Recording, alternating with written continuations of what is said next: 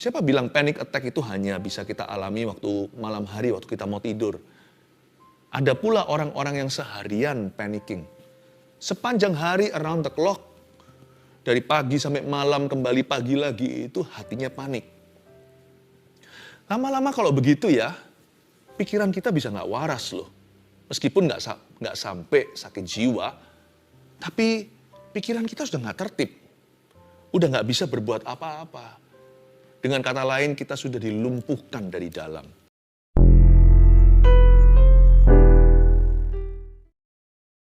Tenanglah jiwaku, sebab ku tahu Tuhan pegang kendali. Tuhan, hamba berdoa untuk setiap jiwa yang sekarang merana.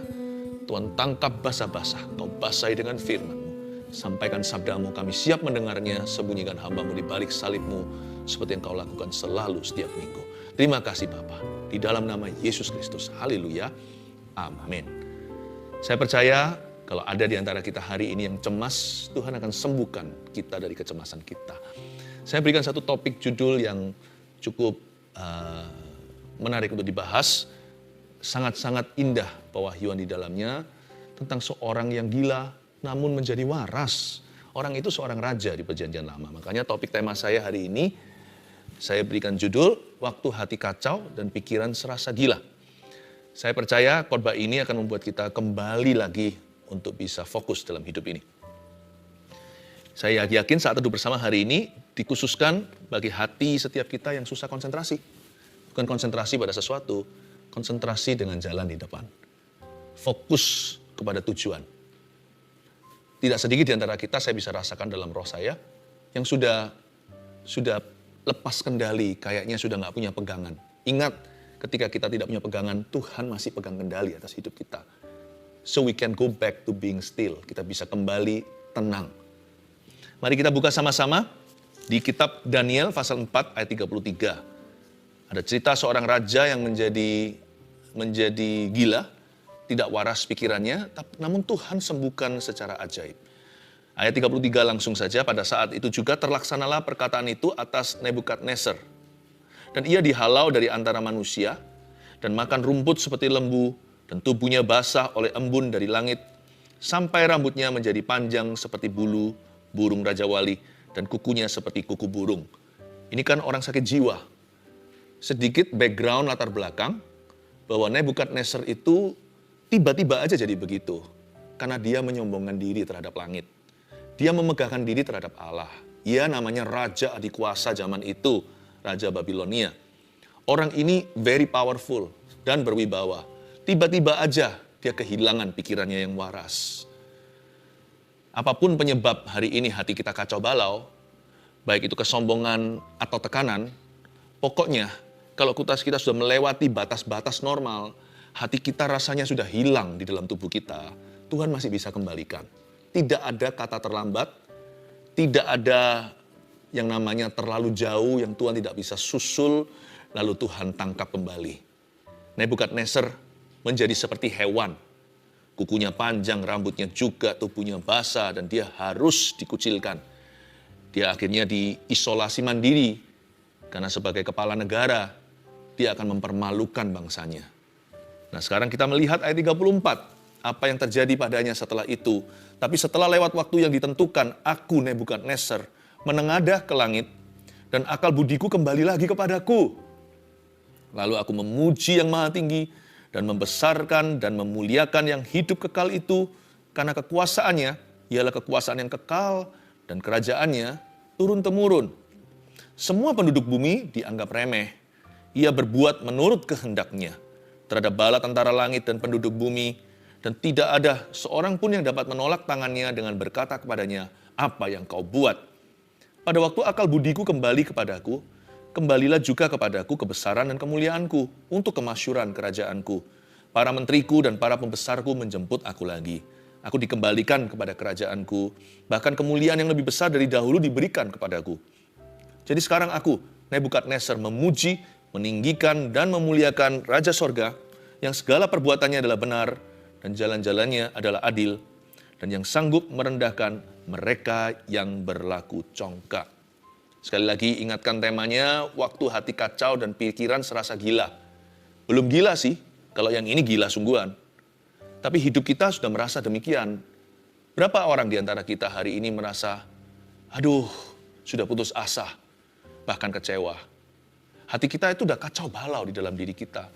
Udah susah untuk tenang. Dan juga sulit untuk berdoa. Kalau kita mau ngaku ya, tidak sedikit di antara keluarga saat itu hari-hari ini mengalami pergumulan dan tekanan sampai-sampai titik di mana sudah nggak bisa lagi berseru kepada Tuhan. Mau doa itu udah susah untuk berdiam diri. Mau baca Alkitab itu tergesa-gesa dalam hati, terburu-buru. Kita membacanya begitu aja nggak dapat apa-apa. Tahu kenapa? Karena hati kita lari-lari. Kita nggak bisa mikir satu hal gitu. Karena terlalu banyak hal yang dipikirkan. Sehingga sudah di luar batas, sudah masuk ke kategori overthinking. Orang yang overthinking sudah nggak bisa lagi ditangkap. Satu hal apa yang menjadi penyebabnya?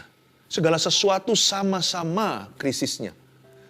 Setiap situasi, semua yang kita hadapi kritis semua. Kalau ditanya problemmu apa, nggak bisa tunjukkan salah satu. Ya pokoknya banyak.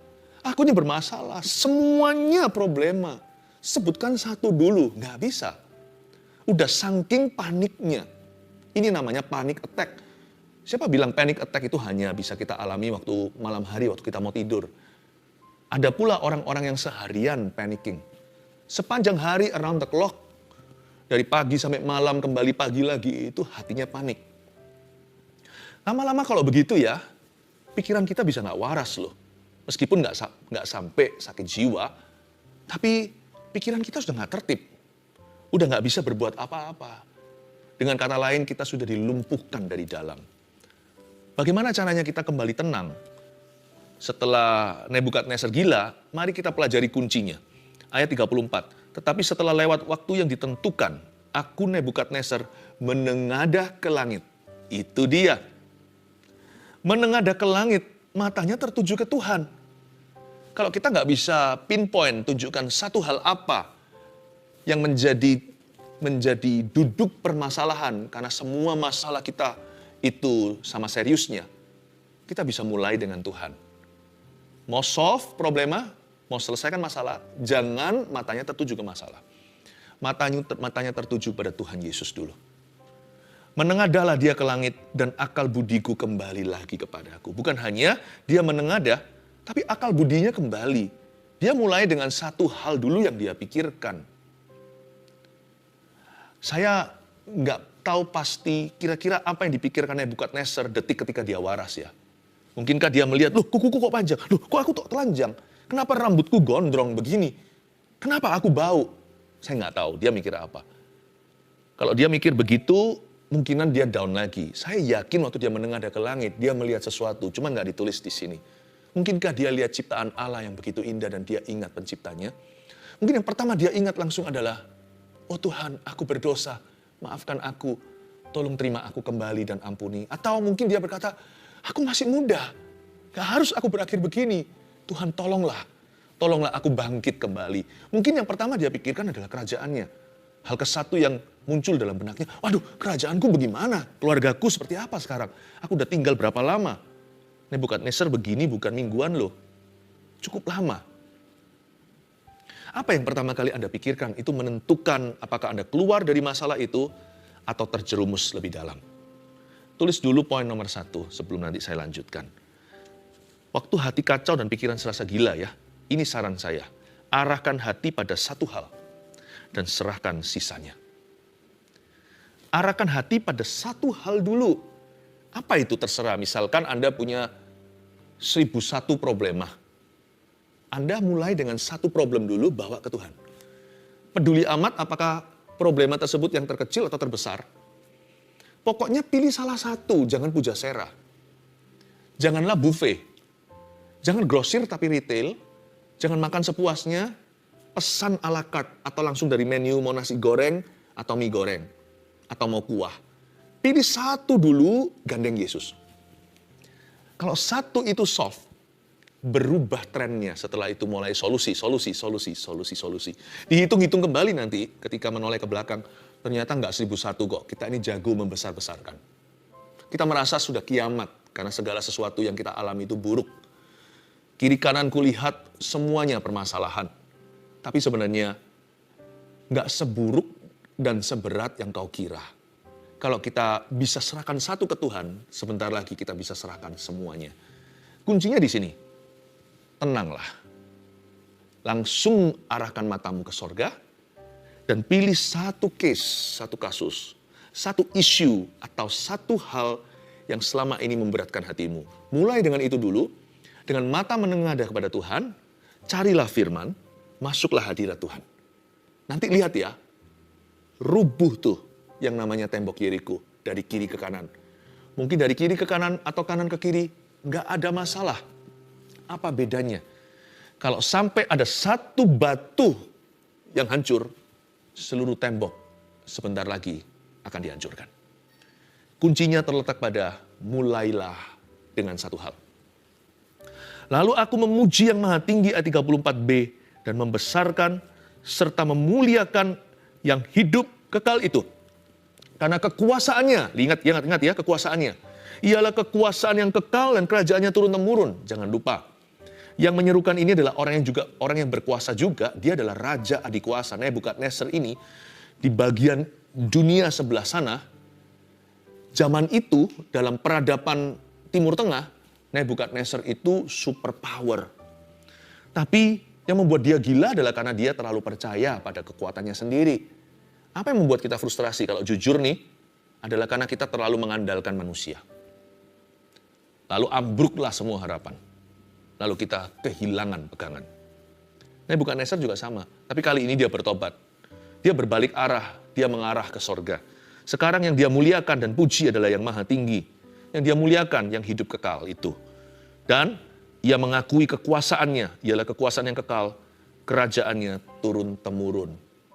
Luar biasa enggak? Makanya kalau kita mau sembuh, kalau kita mau keluar dari persoalan, kalau kita mau menang, jikalau kita ingin melihat terobosan dalam jiwa kita, lalu kemudian dalam hidup kita, janganlah mengandalkan kekuatanmu sendiri atau kekuatan manusia. Maka itu tuliskan, poin nomor 2. Waktu hati kacau dan pikiran serasa gila, ini yang perlu Anda dan saya lakukan. Jangan katakan, aku bisa. Tapi Tuhan akan melakukannya melalui saya. Ubah pengakuan mulutmu. Itu akan membawamu pada kesembuhan.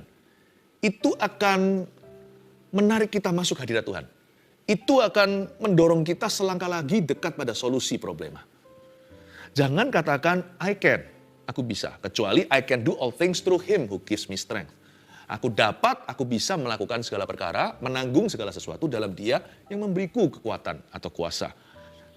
Jangan katakan aku bisa, tapi katakan Tuhan yang akan melakukannya untuk aku. Aku tidak bisa keluar dari hutang ini, memang iya, tapi Tuhan akan melakukannya bersama dengan saya. Aku tidak bisa ampuni orang itu sudah sangat merugikan keluarga kami, tapi bersama Tuhan, aku akan bisa. Tuhan akan memberiku kekuatan. Tuhan akan memberiku roh pengampunan. Aku tidak bisa berdoa, tapi biarkan Roh Kudus di dalam diriku membantuku dalam kelemahan ketika aku tidak tahu harus bagaimana berdoa. Dia berdoa dengan seruan tak terucapkan. Aku tidak bisa percaya, tapi aku percaya. Aku tidak bisa percaya lagi akan janji Tuhan. Rasanya aku sudah putus asa dan sudah pupus pengharapan. Tapi ketika Anda buka Alkitab, bukalah hatimu, taburi aku dengan firman, karena iman timbul dari pendengaran. Biar Tuhan yang mengerjakan di dalam dirimu. Anda semi pasif aja. Aktivitas Anda hanya satu, akui dengan iman bahwa Tuhan bisa. Tuhan masih mampu dan Tuhan akan melakukannya melalui dirimu. Saya selalu mengucapkan kalimat ini dalam bahasa Inggris dulu, nanti saya terjemahkan. Ketika saya lemah iman, saat saya kurang percaya, ketika saya hampir give up atau sudah ingin menyerah, saya selalu ingatkan diri saya sendiri dengan pengakuan-pengakuan di mulutku. Dengan pengakuan iman ini. God has done it for me. And He will do it through me and with me. Saya katakan begini dalam bahasa Indonesianya. Tuhan sudah melakukannya untuk saya. Saya selalu ingat apa yang Tuhan lakukan bagi kita. Yesus lakukan 2000 tahun lalu. Saya selalu menoleh lagi dan lagi ke Kalvari. Satu hal yang kita diperbolehkan untuk menoleh ke belakang, bukan untuk mengingat-ingat lagi kesalahan orang lain, atau mengingat-ingat kegagalan kita sendiri. Jangan hidup di masa lalu, jangan hidup dalam trauma, jangan ingat-ingat dosa. Apalagi kita mengulangi dosa yang sudah kita tinggalkan. Tapi satu hal diperbolehkan. Kita boleh menoleh ke belakang dan kita tidak akan menjadi tiang garam seperti istri Lot. Kita selalu diperbolehkan untuk referensi kembali kepada Kalvari 2000 tahun yang lalu. Kalau Anda memang mau menengok ke belakangmu, tengoklah Golgota. He has done it for me. Jesus has done it for me. He has bought that for me. Yesus sudah melakukannya untuk aku. Dan Yesus sudah membelinya untuk aku. Tuhan akan melakukannya lagi bagi saya hari ini. Yesusku tidak berubah dahulu, sekarang, sampai selama-lamanya. Kali ini Tuhan akan melakukannya melalui saya. Kalau saya bisa melakukan ini atau melaksanakan kehendak Allah. Kalau saya bisa menang, itu Tuhan yang melakukannya melalui aku, di dalam aku.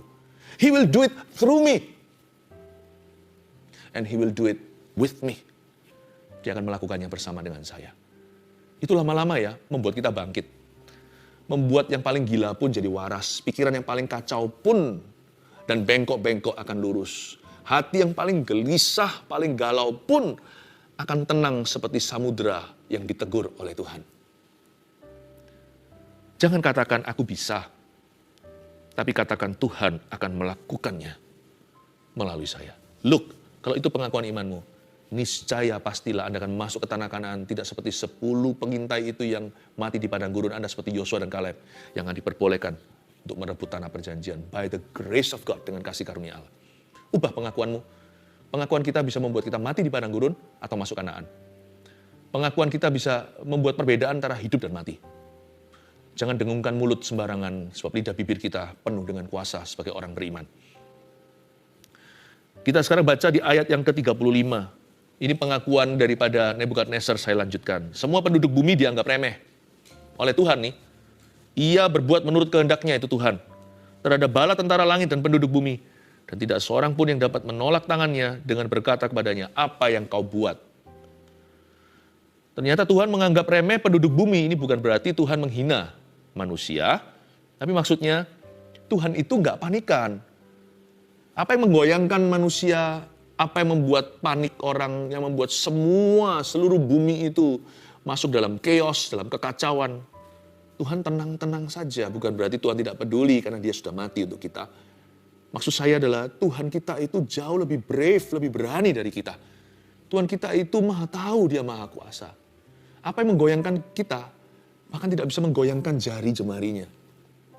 Tuhan itu menganggap remeh penduduk bumi yang suka takut-takut sendiri.